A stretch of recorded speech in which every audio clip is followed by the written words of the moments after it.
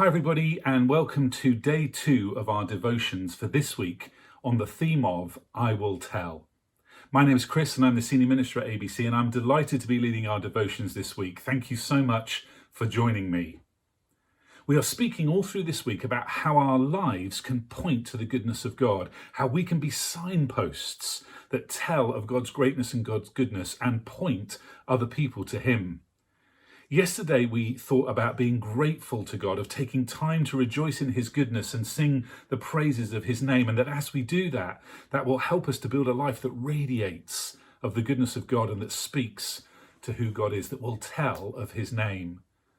Today I want to talk about how if we have kept our lives in proper context, or if we keep our lives in proper context, then they will shine in a dark world.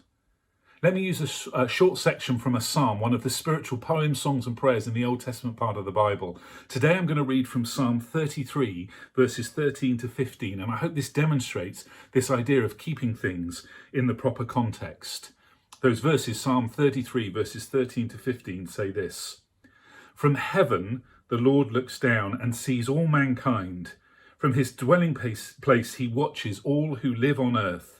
He who forms the hearts of all, who considers everything they do." I think these verses speak to the context the Christian, the Jesus follower, lives their life within. That belief and understanding that God sees us, that He watches over us, that He forms us. Not as some kind of overlord who is waiting to judge and to condemn, but as a loving Father who blesses, who oozes grace, and who smiles over us. You know, when my kids were in school, particularly primary school, their whole year group did a play every year. Sometimes at Christmas, sometimes at Easter, sometimes at harvest, but all the way through their primary school lives, they did a school play every year. And I went to every single one. And often they were quite long. And I'm sure they wouldn't mind me saying that they weren't always very good. But they were joyous occasions. Because as a father, it was fabulous to be watching them, to be watching my children. There was a joy to be found in watching them doing their stuff in the play, even if the play wasn't always brilliant, or they weren't always very good, and they made plenty of mistakes. That's how I imagine God when I read this psalm, watching over us, taking joy, even though we make plenty of mistakes and aren't always that good. When we understand that this is the context of our lives are played out with the watchful eye of an ever-loving Heavenly Father over us. I think when we understand that, it changes us and changes how we live. It changes how we react to tragedy and disaster and to successes and joys. And I think that change is noticeable to others and speaks to the wonder of God, tells of the wonder of God. So I want to encourage you today to remember that God is looking upon you, watching over you. Be reminded of the words of this psalm. From heaven, the Lord looks down and sees all mankind. From His dwelling place, He watches all who live on earth.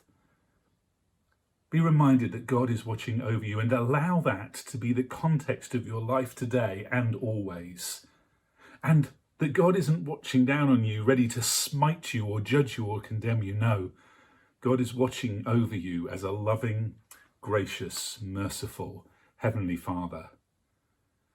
Perhaps you would pause now and remember the God who is watching over you. And perhaps you'd use the song with a link. There's a link to it in the description below. The song Good, Good Father by Chris Tomlin to continue that process of remembering.